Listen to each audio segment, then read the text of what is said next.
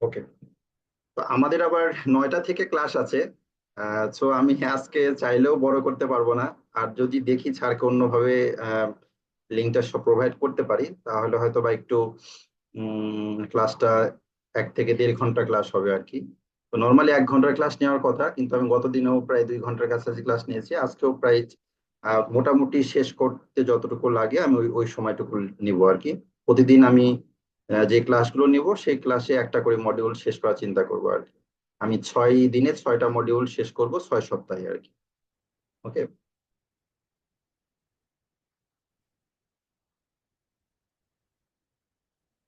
আচ্ছা। তো একটা ইনফরমেশন দিই, এটা জাস্ট আন্ডারস্ট্যান্ডিং এর জন্য। তো আইসিটি আসলে আপনাদেরকে মানে কি বলবো, এটা 2 মাসে বা 1.5 মাসে আপনাদেরকে একটা বিশাল নলেজ নেওয়ার মতো করে এখানে এখানে একটা দেওয়া আছে, সিলেবাস দেওয়া আছে। তো আমার লাইফে এরকম একটা ঘটেছিল, আমি যখন অনার্স থেকে মাস্টার্সে ভর্তি হই। আমার তখন বায়োমেডিকেল ইঞ্জিনিয়ারিং এ আমি ভর্তি হই ঢাকা ইউনিভার্সিটিতে। তো ওখানে একটা সাবজেক্ট ছিল হচ্ছে বায়োমেডিকেল ইঞ্জিনিয়ারিং, যেহেতু ছিল আমাকে 1 বছরের থেকে 1.5 বছরে, 1 বছর 3-4 মাসের মধ্যে আমাকে ফুল মেডিকেলের যা পড়ানো হয়, মেডিকেল রিলেটেড এভরিথিং, 5 বছরে যা পড়ানো হয় আমাদেরকে 1 বছরের একটা কোর্সের 100 মার্কের একটা কোর্সের মধ্যে সেটা ছিল। তো আমাদেরকে একটা কোর্সের 100 মার্কের একটা কোর্সের মাধ্যমে আমাদের পুরা মেডিকেল বই শেষ করেছে আর কি। তো আপনাদের ক্ষেত্রে ব্যাপারটা এরকম আইসিটি, এখানে যে ইয়াগুলো আছে, তো সেগুলো মোটামুটি আপনাদের ওই 100 মার্কের পরীক্ষার মধ্যে একদম আইটির উপর একদম বিশেষজ্ঞ বা একটা ভালো নলেজ নিয়ে আসার চিন্তা ভাবনা করার থেকে থেকেই এটা করা আর কি। তো ওই জায়গা থেকে খুব ইলাবোরেটলি একদম বেস থেকে হয়তোবা বোঝানো 1 ঘন্টার মধ্যে বা 1.5 ঘন্টার মধ্যে পসিবল না, কিন্তু যতটুকু পসিবল হয় আমি ততটুকু আপনাদের কাছে তুলে ধরবো আর কি। তো প্রথম দিককার এই কত হলো বিষয়গুলো আছে, information and communication technology, ICT কি। এটা জাস্ট একটা সংজ্ঞা, এটা জাস্ট আপনারা রিডিং পড়বেন। সেটা হচ্ছে information and communication technology refers to the technologies that provide access to information and enable communication. অর্থাৎ ইনফরমেশন টেকনোলজি হচ্ছে আমাদের ইন্টারনেট কমিউনিকেশনের সাথে রিলেটেড যে কোনো ধরনের টেকনোলজি এর সাথে ইনভলভ।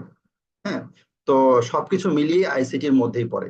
যেমন ধরেন আহ, এখানে কি কি হতে পারে এর সাথে রিলেটেড এভরিথিং। যেমন ধরেন এখানে দা কম্পিউটার, দা ইন্টারনেট, দা টেলিকমিউনিকেশন, ব্রডকাস্টিং, এভরিথিং এর সাথে যত কিছু রিলেটেড আছে সবকিছু আইসিটি বা ইনফরমেশন কমিউনিকেশন টেকনোলজির মধ্যে পড়ে। দ্যাট রিফার্স টেকনোলজি সেই সকল technology that provide access to information and enable communication. Communication এবং ইনফরমেশন অ্যাক্সেসের জন্য অর্থাৎ ইন্টারনেটে যত ধরনের টেকনোলজির সাথে আমাদের ইনভলভ বা পরিচিত হতে হয় সবগুলি আইসিটি বা ইনফরমেশন কমিউনিকেশন টেকনোলজির মধ্যে অন্তর্ভুক্ত। তো এগুলো সংজ্ঞা ভিত্তিক, আমি এখানে বেশি সময় নিব না। তারপর দেখেন নিচে দেওয়া আছে হোয়াট ইজ কম্পিউটার। কম্পিউটারটা কি? কম্পিউটার তো আমরা অনেক দিন থেকেই জানি, কম্পিউটার কম্পিউটার কম্পিউটার। বাট এটা কি? এটা আসলে হচ্ছে একটা কম্পিউটার ইলেকট্রনিক্স ডিভাইস, যেটা আসলে প্রথমত এটা আবিষ্কার হয় ক্যালকুলেশনের জন্য। পরবর্তীতে এটা শুধু ক্যালকুলেশনের জায়গায় না, এটা অ্যানালাইসিস, প্রসেসিং অনেক কিছু করতে পারে এখন বর্তমানে আইওটির সময়। হ্যাঁ, এখন এর মধ্যে ইন্টারনেট অফ থিংস চলে আসছে। হ্যাঁ, এর মধ্যে দেখা যাচ্ছে যে আর্টিফিশিয়াল ইন্টেলিজেন্স এর মধ্যে ইনক্লুডেড হয়ে গিয়েছে। তো প্রাথমিক অবস্থায় আছে মেশিন হিসাবে এটা ছিল। এর সাথে কি কি পার্ট ইনক্লুডেড আছে?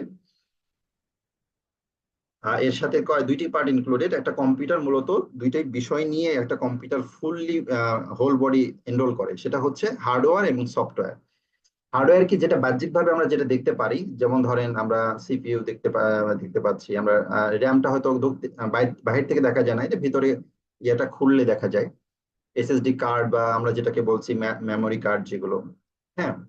তা ইনপুট ডিভাইস যেমন কিবোর্ড, এগুলো সব হার্ডওয়্যার, যেগুলো আমরা টাচ করতে পারি, এগুলো সবকিছুই হচ্ছে চোখে দেখতে পারি, এগুলো সবকিছু হার্ডওয়্যারের মধ্যে অন্তর্গত। আর সফটওয়্যার হচ্ছে যেগুলো আমরা টাচ করতে পারি না, দেখতে পারি না, বাট এটা কম্পিউটারকে ফুল বডি ফাংশন করে। অর্থাৎ যেমন আমরা মানুষ, আমরা সবকিছু যন্ত্র, এই যে আমাদের সবকিছু দেখা যায় কিন্তু আমাদের জীবন দেখা যায় না। তো এক্ষেত্রে সফটওয়্যার হচ্ছে একটা কম্পিউটারের হচ্ছে জীবন, হার্ডওয়্যার হচ্ছে তার একটা কঙ্কাল মাত্র। হুম। তো সফটওয়্যার ছাড়া একটা কম্পিউটারের নাথিং। আবার হার্ডওয়্যার ছাড়া তো সফটওয়্যারও কল্পনা করতে পারি না। সফটওয়্যার এক্সিস্ট করবে বাট সফটওয়্যার দিয়ে আমরা কোনো কাজ করতে পারবো না। তো দুইটাই জিনিসই সম্মিলিত প্রসেসটা হচ্ছে একটা কম্পিউটার। তো ডেফিনেশনটা দেখে নেবেন আর দুটা মেইন এলিমেন্টটা দেখে নেবেন। ইনফরমেশন টেকনোলজি ওই যে আইসিটি, ইনফরমেশন কমিউনিকেশন টেকনোলজি, আর এটা হচ্ছে information technology. Information technology refers to the use of computer, network, storage, and other physical devices, infrastructure, and processes to create, process, store, এগুলো এভরিথিং। এগুলো আপনারা one kinds of reading পড়লেই বুঝতে পারবেন যে এটা হচ্ছে ইনফরমেশন টেকনোলজি হচ্ছে কি কি রেফার করে। একটা কম্পিউটারকে রেফার করে যেটা নেটওয়ার্ক, স্টোরেজ, এর সাথে নেটওয়ার্ক জড়িত, স্টোরেজ জড়িত। নেটওয়ার্ক কি? নেটওয়ার্ক, তারপর স্টোরেজ কি? আমাদের কম্পিউটারে বিভিন্ন ধরনের স্টোরেজ বা আমাদের অনলাইন বা ক্লাউড স্টোরেজ রয়েছে, সব ধরনের স্টোরেজের মধ্যে অন্তর্ভুক্ত। ফিজিক্যাল ডিভাইসেস যেগুলো আছে সবগুলি ইনফরমেশন টেকনোলজির মধ্যে পড়ে। হ্যাঁ, আমাদের কমিউনিকেশনের সাথে রিলেটেড সকল ধরনের টেকনোলজি গুলো। তা আমাদের ইনফরমেশন টেকনোলজি এখানে কি কি দেওয়া আছে, যেমন এখানে এটা কি একটা শর্ট ফর্মে দেওয়া আছে। যখন আপনি লিখবেন, যদি কখনো আসে ইনফরমেশন টেকনোলজি, এক কথায় একটা ডেফিনেশন লিখবেন, লিখে ইনফরমেশন টেকনোলজি কি কি included: hardware, software, network, data management, security. এগুলো হচ্ছে যে দিয়ে জাস্ট কমপ্লিট করে দিবেন, একদম ইলাবোরেটলি ওই পরিমাণে লিখতে হবে না। আচ্ছা, আপনারা কি বুঝতে পারছেন? আমি একটু দ্রুত যাচ্ছি কারণ এখানে অনেক দ্রুত গেলেও আমি যে জায়গাতে যতটুকু সময় নেওয়ার দরকার আমি ততটুকু নেবো। এখানে জাস্ট ডেফিনেশন, এর জন্য আমি সময় নিচ্ছি না ওইভাবে। আপনাদের কি সমস্যা হচ্ছে? না না না, আগান। আচ্ছা, আচ্ছা, ওকে। বুঝতে পারছি। Importance and use of ICT, এগুলো আইসিটি যদি বুঝেন, যে আইসিটি তো আমি ওখানে বলে আসলাম, তো আইসিটির ইম্পর্টেন্স আর ইউজটা কোথায় হয় সেটাও এখানে বুঝবেন। এখানে ইন শর্ট ফর্মে দেওয়া আছে importance of ICT in banking. আমাদের তো ব্যাংকিং সেক্টর নিয়ে কাজ, আমাদের আইসিটি পড়ছি বা এই যে আইসিটি আমরা যে একটা সাবজেক্ট পড়ছি এটা মূলত ব্যাংকিং এর সাথে রিলেট করেই পড়তে হবে। এই জন্য এখানে প্রশ্নগুলো মূলত ব্যাংকিং এর সাথে রিলেটেড করেই প্রশ্নগুলো আসে। তো এখানে এর জন্য আছে importance of ICT in banking, banking sector আইসিটির ভূমিকাটা কি। তো আসলে দেখেন গুরুত্বটা কি। তো ইম্পর্টেন্স কিন্তু আমাদের ব্যাংকিং সেক্টর ছাড়া অনেক সেক্টর গুলোতে ইম্পর্টেন্স আছে। তো যখন ব্যাংকিং উল্লেখ করে আসবে বা উল্লেখ করে না আসলেও, তখন আপনারা মূলত ব্যাংকিং রিলেটেড ইম্পর্টেন্স গুলোই দিবেন, যেহেতু সাবজেক্টটা আপনাদের ব্যাংকিং রিলেটেডই। সো সাবজেক্টিভ বিষয়গুলোকে কেন্দ্র করে ইম্পর্টেন্স গুলো দিবেন। Enhance customer service, customer service enhance করা হয়। তারপর অপারেশনাল এফিসিয়েন্সি এখানে বাড়ে, কস্ট রিডাকশন হয়, ডাটা সিকিউরিটি এখানে তৈরি হয়। তারপর হচ্ছে বেটার ডিসকাশন, তারপর মেকিং হয় কোন বিষয়ে, এই সকল যে সকল বিষয় নিয়ে আমরা আমাদের অনলাইন সেক্টরে কাজ হয়। তারপর গ্লোবাল রিস্ক করা যায়, compliance and regulatory management possible হয়। তো এই যে এই বিষয়গুলো, এখন এগুলো তো আর ইলাবোরেটলি লিখবেন না, এগুলো জাস্ট কি ওই জাস্ট টপিক গুলো লিখবেন যে এর ইনহ্যান্স কি বলে ইম্পর্টেন্স অফ আইসিটি, এই মেইন টপিক গুলো, মেইন এই যে 6টা বা 7টা দেওয়া আছে এইগুলো লিখবেন। হ্যাঁ, যদি দেখেন যে না আপনি লেখার স্পিড অনেক ভালো, তার সাথে যদি একটা করে লাইন দিতে পারেন দিবেন, না দেন না দিবেন, কিন্তু মেইন টপিকস গুলো অবশ্যই ফলো করে যাবেন, টাচ করে যাবেন। তাহলে uses of ICT in banking, তাহলে ব্যাংকিং সেক্টরে আইসিটির ব্যবহার কোথায় কোথায় হয়, এবং অনলাইন ব্যাংকিং এর ক্ষেত্রে হচ্ছে, মোবাইল ব্যাংকিং এর ক্ষেত্রে হচ্ছে, অটোমেশন টেলার মেশিন যেটা এটিএম এর ক্ষেত্রে হচ্ছে, ইলেকট্রনিক ফান্ড ট্রান্সফারের ক্ষেত্রে হচ্ছে, তারপর কাস্টমার রিলেশনশিপ ম্যানেজমেন্ট বা সিআরএম সিস্টেমের মধ্যে হচ্ছে, কোর ব্যাংকিং সিস্টেম। এগুলোর সাথে আপনারা সবগুলোই সবাই মোটামুটি পরিচিত। কোর ব্যাংকিং সিস্টেম, এখন আগে তো যেমন ছিল সবগুলি অ্যানালগ ছিল, এখন সব কাজই মোটামুটি ব্যাংকিং সেক্টরে ম্যাক্সিমাম কাজগুলি এখন অনলাইন ওর সাথে ইনক্লুডেড হয়ে গেছে। Code, loan, deposit, account management থেকে শুরু করে সবকিছুই কোর ব্যাংকিং কাজগুলো এই আইসিটির এখন ইনক্লুডেড হয়ে গিয়েছে। আর দেখবেন যে ইন দ্য ফিউচার 2, 4, 5 বছর পর এটা পুরাপুরি একদম আহ, একদম ইন্টারনেট বেস আমাদের ব্যাংকিং সিস্টেমটা ফুললি চলে আসবে। যখন অ্যাডভান্সড হবে তখন দেখা যাচ্ছে যে আমাদের অর্থনৈতিক ব্যবস্থাটা অ্যানালগ না থেকে পুরাটাই আমাদের ক্রিপ্টোকারেন্সির মধ্যে চলে যাবে। আচ্ছা, ফ্রড ডিটেকশন সিস্টেম এভরিথিং, এখানে প্রায় 10টার মতন আমাদের ইউজেস আইসিটি ইউজেস জায়গাগুলো রয়েছে।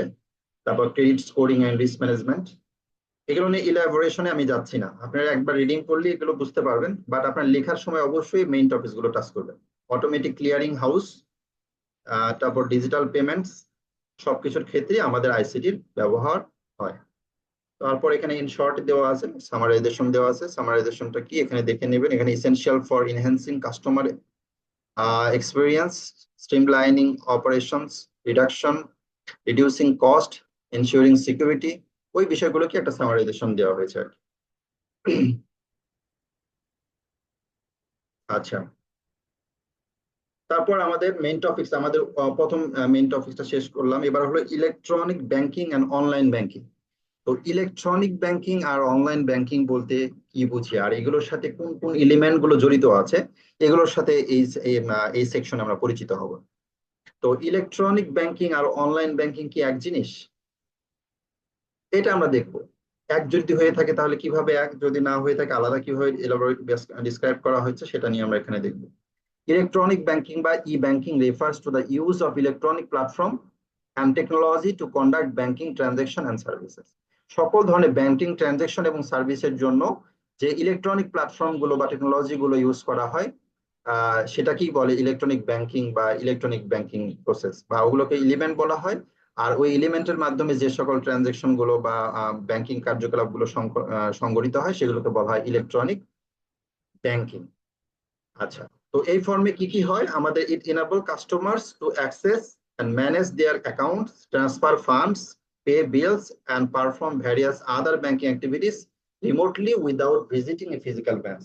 কোনো ধরনের ফিজিক্যাল ব্রাঞ্চে না গিয়েই রিমোটলি এই যে আমাদের এই ব্যাংকিং সকল ধরনের কাজগুলো আমরা করতে পারি, যার মাধ্যমে, যে টেকনোলজির মাধ্যমে, যার মাধ্যমে, সেটাই হচ্ছে ইলেকট্রনিক ব্যাংকিং এর মধ্যে পড়ে। আচ্ছা, তা ইলেকট্রনিক ব্যাংকিং সার্ভিস আর নারেটেড বিলো। তো ইলেকট্রনিক ব্যাংকিং সার্ভিসের মধ্যে কিন কিন এলিমেন্ট গুলো আছে, তার মধ্যে এক নম্বর হচ্ছে এটিএম, যেটাকে বলা হয় অটোমেটেড টেলার মেশিন। এই এটিএম বিষয়টা নিয়ে একটু আলোচনা করব। এটিএম মূলত একটা is an electronic banking device that allows customers to platform basic financial transactions without the need of human teller. কোনো হিউম্যান টেলার ছাড়াই, আমাদের মোট কথা হচ্ছে ক্যাশিয়ার যাদেরকে বলছি, তাদের উপস্থিতি ছাড়াই, কোনো হিউম্যান এর উপস্থিতি ছাড়াই এটিএম সরাসরি এই কাজটা করতে পারছে। তো একটা হিউম্যানের অল্টারনেটিভ হিসাবে এটিএমটা কাজ করে, এটা 24/7 এটা কাজ করতে পারে। এটা ইলেকট্রনিক ব্যাংকিং এর একটা এলিমেন্টের মধ্যে পড়ে। তাহলে এটিএম কিভাবে কাজ করে, এটা একটা ফ্লো চার্ট যদি আমি বলি। প্রথমে এখানে একটা প্রসেস দেওয়া আছে। আপনাকে যদি প্রশ্ন আসে যে এটিএম ওয়ার্কিং প্রসেস বা এটিএম সম্পর্কে যদি একটা শর্ট ন্যারেটিভ লিখতে বলে, তখন আপনারা কিভাবে লিখবেন? যদি শর্ট ন্যারেটিভ লিখতে বলে তখন এই যে এক থেকে দেখবেন এখানে কয়েকটা দেওয়া আছে, 1 থেকে 8, 9 পর্যন্ত। এটা কিন্তু মেইন টপিক, এটা কিন্তু লিখতে হবে। প্রথমে কি, প্রথম হচ্ছে কার্ড ইনসার্শন। তো কার্ড ইনসার্শনে কি করতে হয়? কার্ড ইনসার্শন প্রথমে এটিএম কার্ডে গিয়ে, এটিএম বুথে গিয়ে সেটাকে অবশ্যই কার্ড একটা ইনসার্ট করতে হবে। তো ইনসার্ট করলে তখন কি হবে, সে ওই রিডার কি করবে, এটিএম রিডার সেই কার্ড থেকে তার ইনফরমেশন গুলো রিড করবে, তার পার্সোনাল ইনফরমেশন গুলো রিড করবে। এবং কার্ড ইনসার্টের পরে আমাদের কি করতে হয়, একটা পিন দিতে হয়। পিন দেওয়ার পর সে কি করবে, আমাদের পুরা ইয়েটা কি করবে, আমাদের ইনফরমেশন গুলো রিড করবে। করার পর কি করবে, এই এটিএম ওই কার্ডে অথেন্টিকেশন করবে। ওই কার্ডে কিভাবে অথেন্টিকেশন করে, যখন তার ওই যে প্রয়োজন যে ইনফরমেশন গুলো সে রিড করবে, তখন সেটা কি করবে, এই এটিএম গুলো, প্রত্যেকটা এটিএমই তার ব্যাংকিং, এটিএম একটা সার্ভারের সাথে যুক্ত। সেই সার্ভারটা তার ব্যাংকিং মোড়ের সাথে যুক্ত থাকে। আর যেগুলো ইন্টারন্যাশনাল এটিএম সিস্টেমে কাজ করে, যে এটিএম গুলোতে সব ব্যাংকিং কার্ড গুলো ওখানে শো করে, সেই এটিএম সার্ভারটা মূলত সকল ব্যাংকিং এর সার্ভারের সাথে ইনডিরেক্টলি কানেক্টেড থাকে। হুম, এই জন্য যে কোনো ব্যাংকিং এর এটিএম কার্ডই যদি ওখানে প্রবেশ করানো যায়, প্রথমে এটিএম যে সার্ভার রয়েছে সেখান থেকে কি হয়, ওই ব্যাংকের সার্ভারে সেটাকে কি করে, ইনফরমেশন পাঠায়, যে এই ধরনের এখানে কার্ড এই ইনফরমেশন দিয়ে ইনসার্ট করা হয়েছে। তো এটা ইনফরমেশনটা ম্যাচ করে দেখে, যদি দেখে যে ব্যাংকিং সার্ভার থেকে এটা যদি ম্যাচ হয়, তখন একটা পজিটিভ একটা কি আসে, পজিটিভ একটা মেসেজ আসে, যখন তাকে এই ট্রানজেকশনের জন্য একটা প্রাথমিক অনুমতি দেয়। তো তারপর সে প্রাথমিক যখন অনুমতি দেয়, তখন ট্রানজেকশন সিলেকশন করে, সে কি ক্যাশ উইথড্র করবে, ব্যালেন্স ইনকোয়ারি করবে, ফান্ড ট্রান্সফার করবে, না ডিপোজিট করবে। এই বিষয়টা তখন তাকে একটা অনুমতি দেয়। তখন অনুমতি দেওয়ার মাধ্যমে তখন ওই ব্যক্তিটা যেটা চায় সেই অনুযায়ী সে একটা অ্যাকশন ক্রিয়েট করে। সেই অনুযায়ী তার কি হয়, ওই অ্যাকশনটা আবার সেই ব্যাংক থেকে অথেন্টিকেট হয়ে সেটা কি ওই ওই ইন্ডিকেশনটা তার কমপ্লিট করে। ওকে, আচ্ছা, তারপর লিখছে এখানে প্রসেসিং দ্য ট্রানজেকশন। সেই সেই ট্রানজেকশন সে করলো, সেই ট্রানজেকশনটা প্রসেস করে কিভাবে, ফর ক্যাশ উইথড্রলের মাধ্যমে। যদি সে ক্যাশ উইথড্রল দিতে চায়, সে ক্যাশ উইথড্রলের মাধ্যমে এটা চায় সেটাকে কমপ্লিট করে। আমি যেগুলো বাংলা বলছি এগুলো আপনাদের এই টপিক নিচে থাকে, মাঝখানে 2-3 লাইন করে দেওয়া আছে। আপনি যদি একবার রিডিং পড়েন, এটা একদম সুন্দর করে মাথায় গেঁথে থাকবে। আর আমি যে মুখে বলছি এটা জাস্ট একবার শুনছেন, তো অবশ্যই এটা আবার ভিডিওটাও পাবেন। আপনারা একবার এই সিনাপসিসটা ফুল একবার রিডিং পড়বেন। রিডিং পড়ার পর তারপর থেকে আর ফুল সিনাপসিস ওইভাবে পড়তে হবে না। প্রয়োজনীয় যে টপিকস গুলো ওগুলো হেডিংস ধরে ধরে পড়বেন। আচ্ছা, ক্যাশ উইথড্রল প্রসেস মাধ্যমে তারপর ব্যালেন্স ইনকোয়ারি করা হয়, যে আমি দিলাম 10,000 টাকা উইথড্র দিলাম, আমার ব্যাংকের অ্যাকাউন্টে আসলে 10,000 টাকা আছে কিনা সেটা ব্যালেন্স ইনকোয়ারি করবে। তারপর ব্যালেন্স ইনকোয়ারি করে যদি সঠিক দেখায়, তাহলে সে কি করবে, ফান্ড ট্রান্সফার করবে এবং সেটাকে সাকসেসফুল হিসাবে সেটা আম, তার কি হবে, এটা ট্রানজাকশন কমপ্লিট হবে। আচ্ছা, তারপর বলছে dispensing cash or confirmation. After a cash withdrawal, the ATM dispense the cash through the cash dispenser. The machine may also print a recipient that confirms the transaction details, including the remaining balance of applicable. Okay, the machine may also print a receipt that confirm the transaction details. তারপর কি করে, যখন ফুল transaction হয়ে যায়, তখন একটা, যদি গ্রাহক চায়, এটা অবশ্য ব্যাংক বিভিন্ন এটিএম এটা অপশন থাকে, গ্রাহক যদি চায় তাকে রিসিপ্ট দিতে বলা হয়, তাহলে রিসিপ্ট প্রিন্ট করে দেয়। আর যদি না চায় তাহলে প্রিন্ট দেয় না আর কি। কমপ্লিশন দ্য ট্রানজেকশন, তারপর কমপ্লিশনের মেসেজ এর মাধ্যমে সেই ট্রানজেকশন কমপ্লিশন হয়। কমিউনিকেশন উইথ ব্যাংক, এই প্রসেসটা ব্যাংকিং এর সাথে কমিউনিকেট হয় থ্রু দিস প্রসেস। এই পুরো প্রসেসটা ব্যাংকিং, এই এটিএম আর ব্যাংকের সাথে সরাসরি কানেক্টেড, ইন্টারনেটের মাধ্যমে কমিউনিকেশন হয়। তারপরে security measure, ATMs are equipped with the security features like encryption, anti-skimming device, and CCTV camera to prevent fraud and protect user data. আর এটিএম এ সিকিউরিটি মেনটেন করার জন্য ওই যন্ত্রে কিছু অ্যান্টি স্কিমিং ডিভাইস এবং কিছু এক্সটার্নাল কিছু ডিভাইস যেমন সিসিটিভি ক্যামেরা এগুলো থাকে, যেটা দিয়ে ওই এটিএম এর সিকিউরিটি কনফার্ম করা হয়। তাহলে এখানে কিছু নিচে কিছু দেওয়া আছে যে কি ফিচার অফ এটিএম, তাহলে এটিএম এর কি কি ফিচার রয়েছে। ক্যাশ উইথড্রল করা হয়, ব্যালেন্স ইনকোয়ারি করা যায়, ফান্ড ট্রান্সফার করা যায়, এখন তারপর ডিপোজিট করা যায়। হ্যাঁ, অনেক এটিএম এ এখানে ডিপোজিট করার অপশন রয়েছে, মিনি স্টেটমেন্ট নেওয়া যায়, পিন চেঞ্জ করা যায়, বিল পেমেন্ট করা যায়। তো এগুলো মেইন টপ হেডিং যেগুলো আপনারা মনে রাখবেন। এটিএম কয় প্রকারের হয়, on site ATM, off site ATM, এটি জাস্ট জানার জন্য দিয়েছি। অন সাইট এটিএম কোনগুলো, ব্যাংকিং যেখানে ব্যাংক আছে, ব্যাংকের সাথে সাথে যে এটিএম গুলো থাকে সেটা অন সাইট এটিএম বলা হয়। যেখানে ব্যাংক নেই কিন্তু ওখানে শুধুমাত্র এটিএম আছে আলাদা করে, বা বিভিন্ন শপিং মল থেকে শুরু করে এয়ারপোর্ট, এভরিথিং এভরি জায়গায় যেগুলোতে আছে সেগুলো অফ সাইট এটিএম বলা হয়। এটা জাস্ট দেখে নেবেন।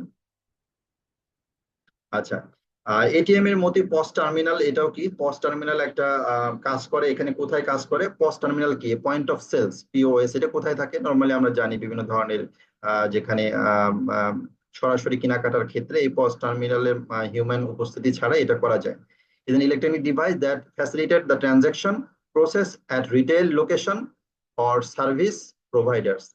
It enables merchants to process sales transaction, accept payments, and manage various aspects of sales operations. Here's an overview of POS terminals. দেওয়া আছে এখানে কি কি। POS টার্মিনাল তো বললামই, এটা হচ্ছে, এটা শর্ট ভাষায় এভাবে লিখবেন যে point of sales terminal in an electronic device that facilitates the transaction process that retail location or service providers. কোন সার্ভিস প্রোভাইডার, রিটেল, যেখানে আপনার এটা মোটামুটি যদি এক্সাম্পল দেওয়া হয়, যেমন বিভিন্ন জায়গায় এটা দেখা যায় যে আপনার সরাসরি কোনো কিছু ইয়ার জন্য, কেনাকাটা করার জন্য আপনি যখন কোনো কিছু টাকা দিয়ে সেটা কোনো কিছু নিতে চান, তখন ওদের হিউম্যান উপস্থিতি ছাড়াই সরাসরি আপনি এই মানি দ্বারা ওরা কি করতে পারে, মানে গুডস আপনাকে দিতে পারে এবং সরাসরি আপনি ওখানে টাকাটা দিলেন, টাকার বিনিময়ে সে আপনি একটা সিলেকশন করে দিবেন, সেই অনুযায়ী আপনাকে সেলস বা সার্ভিস আপনাকে দিবে আর কি, কোনো ধরনের হিউম্যান উপস্থিতি ছাড়াই। তো এখানে এই পস টার্মিনালের বা সেলস টার্মিনালের কি ফিচার গুলো কি কি, ট্রানজেকশন প্রসেসিং এখানে কমপ্লিট হয়, ইনভেন্টরি ম্যানেজমেন্ট হয়, সেলস রিপোর্টিং দেওয়া হয়, এখানে কাস্টমার ম্যানেজমেন্ট করা যায়, ইন্টিগ্রেশন, এই বিষয়গুলো এর হচ্ছে কি ফিচার পোস্ট টার্মিনালের। তো আপনাদের যখন আসবে এক কথায় সংজ্ঞাটা দিবেন আর নিচের পাঁচটা শর্ট বিষয়গুলো এটা উল্লেখ করে দিবেন যে transaction processing, inventory management, sales reporting, customer management আর ইন্টিগ্রেশন। আমি আবারও বলছি, আপনাদের 100 মার্কের মধ্যে আমাকে যেমন 1 বছরে পুরো মেডিকেল কোর্স পড়ানো হয়েছে, তাই বলে আমি তো ডাক্তার না।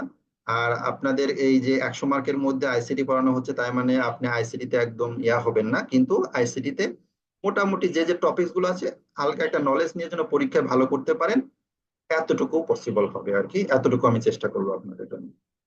তো এই বিষয়গুলোকে কিন্তু আমি যদি ব্যাখ্যা করতে যাই অনেক সময় লাগবে, একটা দেখা যাচ্ছে একটা পয়েন্ট একটা টপিকস ব্যাখ্যা করতেই দেখা যাচ্ছে যে ক্লাস শেষ হয়ে যাবে। যে আমি যদি লাইন বাই লাইন প্রতিটা টপিকস কে ইলাবোরেট ব্যাখ্যা করতে যাই, যেহেতু আপনাদের ওইভাবে আসবেও না ইলাবোরেশন কোনো কিছু, আপনাদের আসবে জাস্ট খালি ওই বিষয়টা সম্পর্কে আপনার কতটুকু নলেজ আছে এতটুকু জাস্ট জাস্টিফিকেশন করবে। আচ্ছা, এরপর ইন্টারনেট ব্যাংকিং। ইন্টারনেট ব্যাংকিং কি? আচ্ছা, ইন্টারনেট ব্যাংকিং কি আমরা তো এর আগে পড়ে আসলাম, একটা পড়লাম না, electronics banking.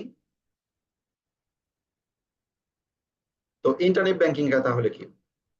Internet banking, also known as online banking, refers to the digital platform that allows customers to conduct banking transaction and manage their accounts via the internet. অবশ্যই সেটার সাথে ইন্টারনেট কানেকশন থাকতে হবে। ইন্টারনেট কানেকশনের মাধ্যমে যে banking transaction গুলো হয় সেটা আমরা মূলত ইন্টারনেট ব্যাংকিং বলছি। তো ইন্টারনেট ব্যাংকিং এর মাধ্যমেও আমরা কি কি করতে পারি? ইউজ ইউজার্স ক্যান ডু, কি কি করতে পারে? অ্যাকাউন্ট ম্যানেজমেন্ট করতে পারে, ফান্ড ট্রান্সফার করতে পারে, বিল পেমেন্ট করতে পারে, অনলাইন অ্যাপ্লিকেশন করতে পারে, মোবাইল চেক ডিপোজিট করতে পারে, সিকিউরিটি অ্যালার্ট পেতে পারে, অ্যাক্সেস টু ফিনান্সিয়াল টুলস, বিভিন্ন ধরনের ফিনান্সিয়াল টুলস এর মধ্যে তারা অ্যাক্সেস করতে পারে। সেই ফিনান্সিয়াল টুল গুলো কি কি? যেমন internet banking platform often provide budgeting tools, investing tracking and other financial management resources. এগুলোর মধ্যে অ্যাক্সেসের সুযোগেরা সুযোগ দেওয়া থাকে ইন্টারনেট ব্যাংকিং এর মাধ্যমে। এখানে তার সংজ্ঞাটা দিবেন আর এই অবশ্যই এই নিচের এই 5 থেকে 7টা যে ইয়াগুলো আছে এগুলো উল্লেখ করবেন। তো এগুলো দেখা যাচ্ছে যে কি ফর্মে আসে। প্রশ্ন আসতে পারে যে এর ইউজ কি, এটা আসতে পারে। প্রশ্ন আসতে পারে সরাসরি যে আপনাকে একটা শর্ট একটা সামারি লিখতে বলে ইন্টারনেট ব্যাংকিং এর উপর, তখন কিভাবে লিখবেন? তখনও যার সংজ্ঞাটা দিবেন আর ওই শর্ট ইয়াগুলো লিখবেন। আর প্রশ্নগুলো একটু মিলায় নেবেন, আমি প্রশ্নকে আমি আজকে ক্লাস শেষে দিয়ে দেবো। প্রশ্নের সাথে মিলায় পড়বেন যে প্রশ্নগুলো কি ফর্মে আসে, কিভাবে আসে। তখন যখন দুই একবার প্রশ্নগুলোকে রিড করবেন তখন দেখবেন যে অটোমেটিক চলে আসে যখন, তাহলে এখান থেকে কিভাবে প্রশ্নটা হতে পারে। আর আমি যেহেতু সামারি হিসাবে সেই সব প্রশ্নগুলো দিয়ে দিয়েছি, এটা আপনাদের আরো হেল্প করবে আর কি। তো এসএমএস ব্যাংকিংটা কি? Internet banking, SMS banking. SMS banking এর জন্য যেটা করতে হয়, অবশ্যই যে ইউজার থাকবে তাকে অবশ্যই তার কোনো একটা ফোন নাম্বারের সাথে তার ব্যাংকিং তাকে কি করতে হয়, একটা রেজিস্টার থাকতে হয়। তখন তার সে সকল প্রসেস গুলো সেই এসএমএস, সে ফোনের মাধ্যমে এসএমএস এর মাধ্যমে তার সে ব্যাংকিং ট্রানজাকশন গুলো কমপ্লিট করতে পারবে। তার মানে এখানে মেইন ফিচার হচ্ছে তাকে অবশ্যই তাকে কোনো একটা সিম বা নাম্বার থাকতে হবে যার আন্ডারে তার অ্যাকাউন্ট রেজিস্টার থাকতে হবে, যার আন্ডারে সে বিভিন্ন ধরনের ব্যাংকিং ট্রানজাকশন করবে। তো মোবাইল রেজিস্টার থাকতে হবে। সেন্ড এসএমএস এর মাধ্যমে কি কি করা যায়? তাহলে চেকিং অ্যাকাউন্ট ব্যালেন্স চেক করা যায়, অবটেইনিং মিনি স্টেটমেন্ট হিজ অ্যাকাউন্টের মিনি স্টেটমেন্ট।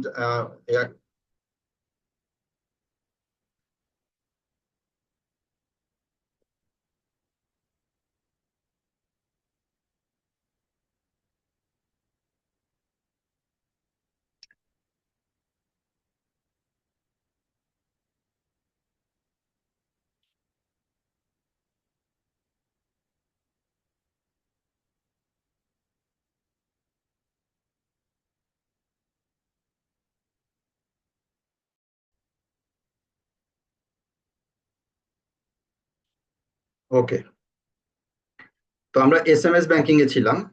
তো এসএমএস ব্যাংকিং এর জন্য আমাদের মেইন এটাই হচ্ছে আমাদের অবশ্যই কোনো একটা মোবাইল নাম্বারের সাথে ওই ব্যাংক অ্যাকাউন্ট বা ব্যাংক যেটা আছে ব্যাংকিং অ্যাকাউন্টের অবশ্যই একটা রেজিস্টার থাকতে হবে। তখন আমি সেই ফোন নাম্বারের মাধ্যমে আমি আমার বিভিন্ন ব্যাংকিং কার্যকলাপ গুলো করতে পারবো। আর সেক্ষেত্রে আমরা কি কি করতে পারবো সেগুলো নিচে দেওয়া আছে, যে checking account balance, obtain mini statement, payment of utility bill, payment of bill, এই যে এই বিষয়গুলো জাস্ট আপনাদেরকে মনে রাখতে হবে। হ্যাঁ, কয়েকটা এক থেকে fund transfer, mobile top up, everything, এই জিনিসগুলো আমরা মোবাইল SMS এর মাধ্যমে করতে পারবো। তো SMS এর বিভিন্ন প্রসেসের কিভাবে SMS করতে হয় তার একটা সিনট্যাক্স নিচে দেওয়া আছে, বিভিন্ন যে মিনি স্টেটমেন্টের জন্য কিভাবে দিতে হয়। এক একটা ব্যাংকের এক এক ধরনের পলিসি বা এক এক সিস্টেম থাকতে পারে, কিন্তু একটা যদি অ্যাজ এ হোল একটা স্ট্যান্ডার্ড ফর্ম দাঁড় করে তাহলে সেটা এরকমই থাকবে। অ্যাজ এক্সাম্পল আছে এখানে দেওয়া আছে কিভাবে SMS গুলো করতে হয়, SMS এর মাধ্যমে আমরা কিভাবে ব্যাংকিং ফ্যাসিলিটিস গুলো আমরা দিয়ে থাকি আর কি। ওকে, তারপর আসি আমরা এখানে অ্যালার্ট ব্যাংকিং। অ্যালার্ট ব্যাংকিং কি? অ্যালার্ট ব্যাংকিং হচ্ছে, alert banking is the system which sends SMS to the customer when debit or credit transaction occurs in the customer account। কোনো একটা অ্যাকাউন্ট, কাস্টমার অ্যাকাউন্টে যখন ডেবিট অর ক্রেডিট কার্ড থেকে কোনো ধরনের banking transaction হয় সেটাকে অ্যালার্ট দেওয়া হয়, অ্যালার্ট দেওয়া হয়, তাই না? যে এখান থেকে ট্রানজাকশন হচ্ছে, তো সেটা একটা মেসেজের মাধ্যমে হলেও, কল যেভাবেই হোক, তাকে তাকে একটা কি দেওয়া হয়, অ্যালার্ট দেওয়া হয়। তো এই অ্যালার্ট ব্যাংকিংটা এখানে কি বলছে, এখানে কি হয়, mobile number to the customer থাকতে হবে, account number of the customer, debit amount থাকতে হবে। তারপর হচ্ছে if the transaction amount is more than this debit alert will be generated normally is set at 0। অর্থাৎ যদি কোনো দেখা যাচ্ছে যে একজন ব্যক্তি ট্রানজেকশন করছে, তার অ্যামাউন্টের চাইতে বেশি অ্যামাউন্ট ট্রানজেকশন করতে যাচ্ছে, তাহলে সেটাকে ইনসাফিসিয়েন্ট দেখায়, তাই না, বিভিন্ন ধরনের ট্রানজেকশন গুলোতে। তো এই ধরনের বিভিন্ন ধরনের অ্যালার্ট এখানে দেখাবে। ক্রেডিট অ্যামাউন্টের ক্ষেত্রে একটা দেখাবে, ডেবিট অ্যামাউন্টের ক্ষেত্রে এরকম দেখাবে। ওকে, এরপর আসি আমরা আইভিআর। আইভিআর কি? আইভিআর হচ্ছে interactive voice response, is an automated system where customer can call from his land phone or mobile phone and interact with the machine processing digits to perform some banking services। সেটা কি কি services? This service may include obtain information such as balance inquiry or do transactions such as fund transfer। এই জিনিসগুলো IVR মানে, মোট কথা হচ্ছে যে দেখেন এই যেখানে দেওয়া আছে, যে আমরা বলি না যে আমরা কোনো একটা নাম্বারে কল দিই, কল দিয়ে যেমন ধরেন আমরা যদি বলি ব্যাংক, কোনো একটা ব্যাংকে হেলথ সেক্টরে আমি কল দিলাম, কোনো একটা নাম্বারে, যেমন ধরেন 166 সামথিং কোনো একটা নাম্বারে কল দিয়ে আমি তাকে জানতে চাচ্ছি আমার একটা ইনকোয়ারির জন্য, বা সেটা কি কি ইনকোয়ারি হতে পারে। এখানে বলেন যদি এক চাপেন, এক চাপলে এই সার্ভিস পাবেন, দুই চাপলে এই সার্ভিস পাবেন, তিন চাপলে এই সার্ভিস পাবেন, না চাপেন জিরো চাপলে আবার ব্যাকে চলে যান। এটা মূলত আইভিআর, অর্থাৎ ভয়েস রেসপন্সের মাধ্যমে আমরা যে ব্যাংকিং সার্ভিস গুলো নিয়ে থাকি সেটা হচ্ছে আইভিআর, সরাসরি কলের মাধ্যমে, ভয়েস এর মাধ্যমে যেটা আমরা করে থাকি। ওকে, এন্ড শর্টে এটা আপনারা একবার রিডিং পড়লে বুঝবেন ইনশাল্লাহ। আচ্ছা, তারপর বলছে advantage and disadvantage of electronic banking. Electronic banking এর কি অ্যাডভান্টেজ কোথায়, ডিসঅ্যাডভান্টেজ কোথায়, কি কি সেই জিনিসগুলো এখানে দেওয়া আছে। এখানে ইন শর্টে এগুলো দেওয়া আছে, আমি এটা এটা আপনারা মুখস্থ করতে হবে। যে কনভেনিয়েন্স, অ্যাডভান্টেজ কিগুলো, convenience, speed, cost efficiency, enhance features, তারপর অ্যাক্সেসিবিলিটি, ইমপ্রুভ সিকিউরিটি, তারপর পেয়ারলেস ট্রানজেকশন। এই টপিকস গুলো মনে রাখবেন, জাস্ট খালি অ্যাডভান্টেজ কি কি এগুলো জাস্ট এক লাইন করে যদি লিখতে পারেন লিখবেন, ওই অনুযায়ী যে আপনার প্রশ্নের মার্ক কত। আর যদি দেখেন যে আমার আপনি লিখে পারছেন কিনা সময়ের সাথে মেকআপ, কিন্তু মেইন যে টপিকস গুলো এগুলো লিখবেন, তাহলেও যারা খাতা দেখবে তারা বুঝতে পারবে যে বিষয়ে আপনার একটা নলেজ আছে। আচ্ছা, তারপর ডিসঅ্যাডভান্টেজ কি গুলো, সিকিউরিটি রিস্ক, টেকনিক্যাল ইস্যুস, তো তারপর limited personal interaction, user errors, dependencies, technologies, features, এই বিষয়গুলো। আচ্ছা, তো এটা এক্ষেত্রেও তাই, এই বিষয়গুলো মেইন পারপাস গুলো এটা অবশ্যই মেমোরাইজ করবেন, মনে রাখতে হবে। আজকের ম্যাক্সিমাম, আজকের ক্লাসটা ম্যাক্সিমাম মনে রাখার বিষয়, ম্যাক্সিমাম প্রতিটা ক্লাসই তাই, বাট আজকে একটু থিওরিটিক্যাল বেশি আর কি। আচ্ছা, ওকে, এরপর আসি অনলাইন ব্যাংকিং। অনলাইন ব্যাংকিং কি? In some of the countries the online banking refers to the internet banking system. ওই যে ইন্টারনেট ব্যাংকিং সিস্টেম যেটা আমরা পড়ে আসলাম, সেটারই একটা সেটারই মধ্যে এটা পড়ে, যে অনলাইন ব্যাংকিং।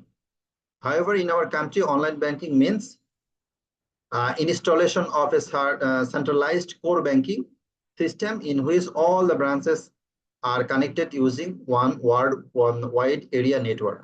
অর্থাৎ আমাদের বাংলাদেশের ক্ষেত্রে ওয়াইড এরিয়া নেটওয়ার্ক ইউজের মাধ্যমে ব্যাংকিং সেক্টর গুলো তাদের কোর ব্যাংকিং সেক্টর ব্যাংকগুলো তাদের কি করে তার ইউজার্স এর সাথে কানেক্টেড থাকে, বিভিন্ন ধরনের অ্যাপের মাধ্যমে, বিভিন্ন ধরনের টুলস এর মাধ্যমে কানেক্টেড থাকে, বা বিশেষ করে অ্যাপ বা সফটওয়্যারের মাধ্যমে, সেটা অনলাইন ট্রানজেকশনের মধ্যে পড়ে। আচ্ছা, তো অনলাইন ব্যাংকিং এর মধ্যে পড়ে। ওকে,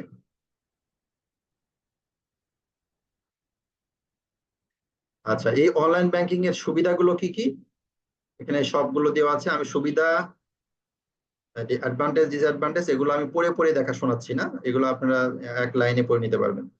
convenience, quick transaction, cost saving, এগুলো আপনারা মুখস্থ করার বিষয়, এটা একবার দেখলেই পারবেন। আমি জাস্ট এখানে উল্লেখ করে দিয়েছি, অনুযায়ী জাস্ট লিখবেন।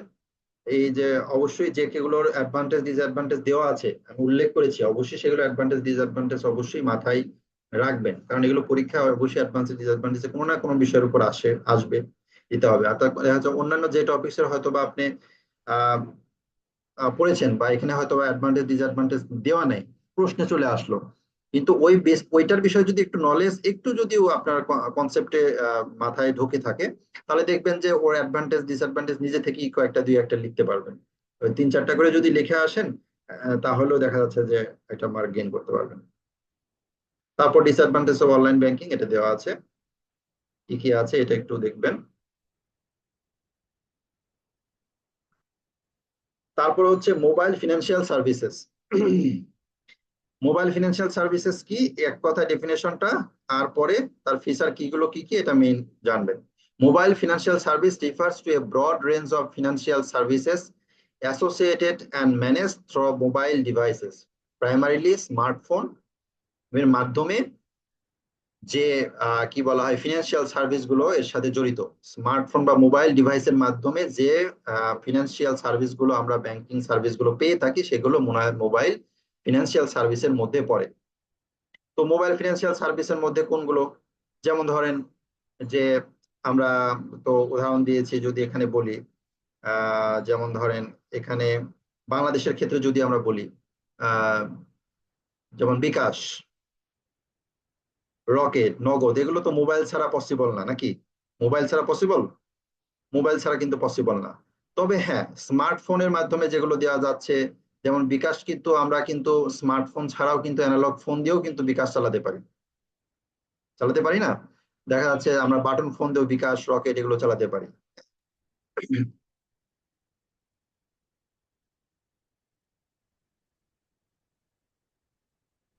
আচ্ছা, তো এর মধ্যে কি কি আছে, যেমন মোবাইল ব্যাংকিং এর মধ্যে আছে যেমন ধরেন access to banking service via mobile apps including account management, fund transfer and bill payment, এইগুলো মোবাইল ব্যাংকিং। তার মোবাইল পেমেন্টের মধ্যে কি আছে, যেমন অনলাইন পেমেন্ট করা যায় মোবাইল পেমেন্টের মাধ্যমে, মোবাইলের অ্যাপের মাধ্যমে। বিভিন্ন ওয়ালেট থেকে আমরা কি করতে পারি, আমরা ইন্টারন্যাশনাল ট্রানজেকশন থেকে শুরু করে আমাদের ন্যাশনাল বিভিন্ন জায়গাগুলোতে ট্রানজেকশন করতে পারি, মানি ট্রান্সফার করতে পারি অনলাইন অনলাইন সেক্টরে। তারপর মাইক্রো ফাইন্যান্স এবং লোন দেওয়া যেতে পারে, লোন দেওয়া হয়। তারপর রেমিটেন্স আমরা এখান থেকে অ্যাকসেপ্ট করতে পারি, অ্যাকসেপ্ট করি মোবাইল ব্যাংক ফিনান্সিয়াল সার্ভিসের মাধ্যমে। হ্যাঁ, এগুলো আছে, এই তো পাঁচটা টপিক, এগুলো অবশ্যই মনে রাখবেন। তারপর হচ্ছে এজেন্ট ব্যাংকিং। এজেন্ট ব্যাংকিং তো হলো, আমরা তো জানি যে agent banking refers to banking model where financial institution engage third party, কোনো একটা থার্ড পার্টি ইনক্লুশনের মাধ্যমে যখন কোনো ব্যাংক কি করে তার এই ব্যাংকিং সার্ভিস গুলো প্রোভাইড করার চিন্তা করে, তখন সেটাকে আমরা বলছি এজেন্ট ব্যাংকিং। তো এজেন্ট ব্যাংকিং এর ক্ষেত্রে সুবিধা অনেকগুলো আছে, তো অসুবিধাও আছে। তো সুবিধা ম্যাক্সিমাম, কারণ জায়গায় জায়গাতে যে রিজিয়ন গুলোতে একটা bank whole whole body exist করতে পারে না, বা করতে তাদের জন্য এক্সপেন্সিভ হয়, সেই জায়গাগুলোতে এজেন্ট ব্যাংকিং গুলো অনেক ইফেক্টিভ। এখন বাংলাদেশে এজেন্ট ব্যাংকিং এর অনেক জনপ্রিয়তা পেয়েছে। তো এজেন্ট ব্যাংকিং এর ফিচার গুলো কি কি, এখানে কি কি হয়, থার্ড পার্টি এজেন্ট এজেন্ট এখানে কাজ করে। বেসিক ব্যাংকিং সার্ভিস গুলো এখানে পাওয়া যায়, যেমন agent offer essential services including cash deposit, withdrawal, fund transfer, bill payment, account enquiries, এগুলো বেসিক ব্যাংকিং সার্ভিস গুলো এখানে হয়। তাহলে ওয়াইড নেটওয়ার্ক, এখানে মাধ্যমে হিউজ পরিমাণ ইউজার্স এর সাথে এখানে কানেক্টেড হওয়া যায়। তারপর হচ্ছে technology utilization, agents typically use mobile devices, point of sales, terminals and dedicated bank apps to facilitate transaction securely. তো এজেন্ট, যেখানে বিভিন্ন ধরনের এজেন্ট, যেগুলো এজেন্ট টপিকস গুলো যে রয়েছে, যে পোস্ট টপিক যেগুলো যেখানে রয়েছে, সেখানে তারা তো ব্যাংকের সাথে সরাসরি কি করে, অনলাইন বা মোবাইল বা যে কম্পিউটারের মাধ্যমে কি করে, ইন্টারনেট কমিউনিকেশনের মাধ্যমেই তো ব্যাংকের সাথে কানেক্টেড থাকে। তো এইটা হচ্ছে আপনার টেকনোলজিক্যাল ইউটিলাইজেশনের এখানে করার একটা ফ্যাসিলিটি জায়গা তৈরি হয়। ওকে, আচ্ছা, এবার আসি e commerce and m commerce.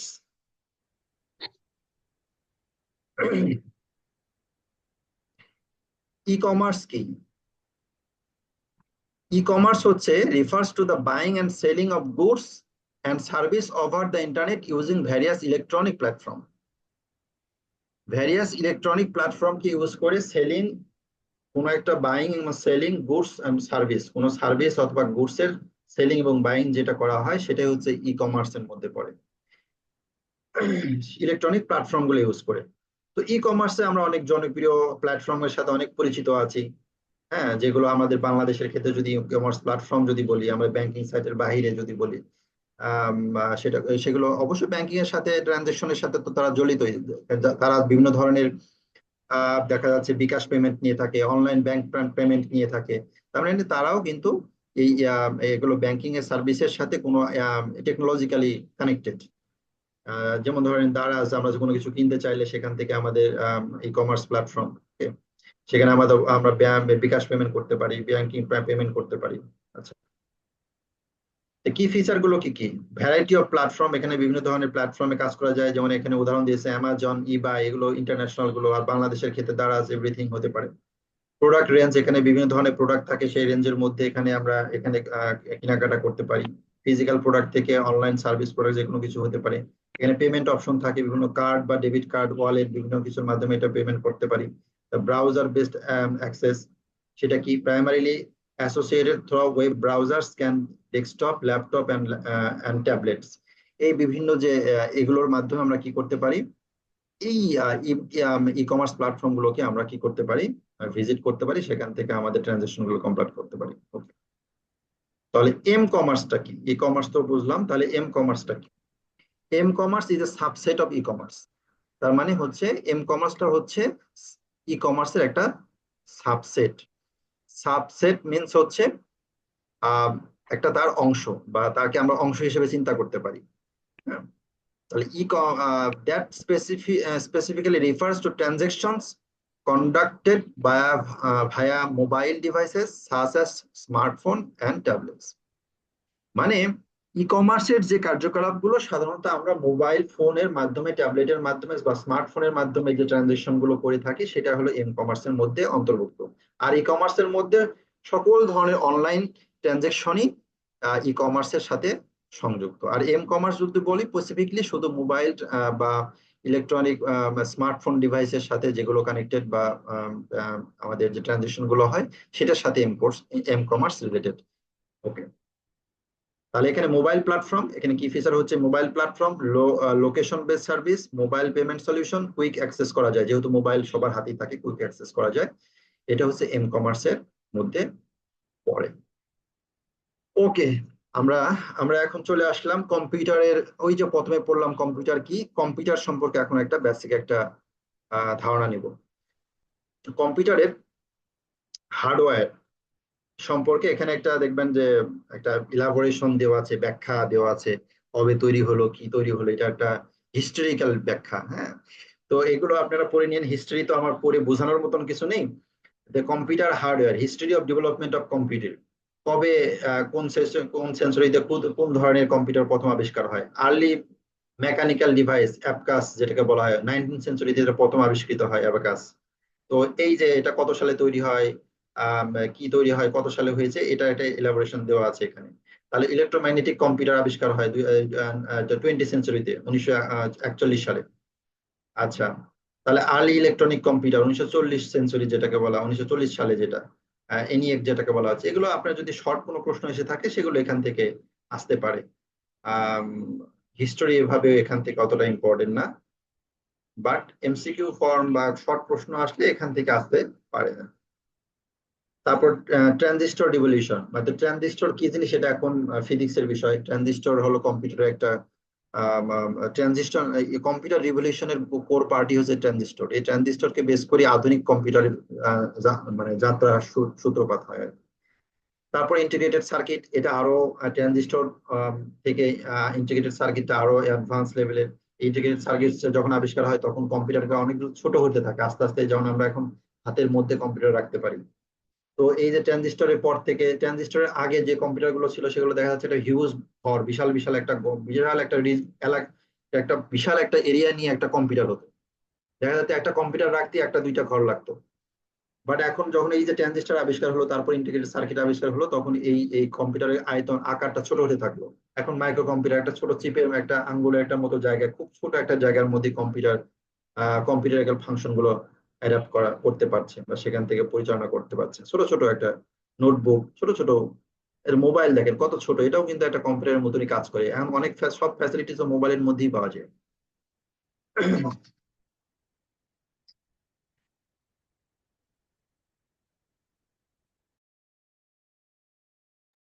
আচ্ছা, আপনাদের কি এখানে কারো কি টিএফএফ ক্লাসটা আছে?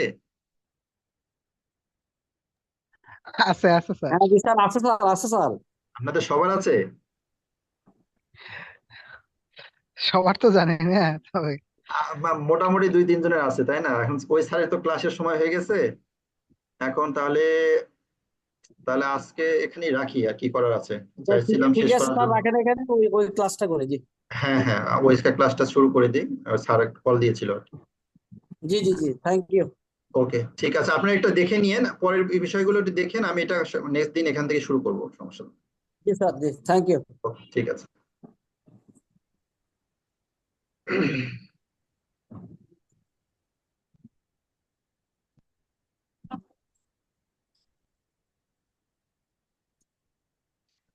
আচ্ছা, আমি কাজ করছি, এই লিঙ্কটাই দিয়ে দিই। আপনারা যারা আছেন এখানেই থাকেন, আমি এই লিঙ্কটাই দিয়ে দিই। জি স্যার, থ্যাংক ইউ।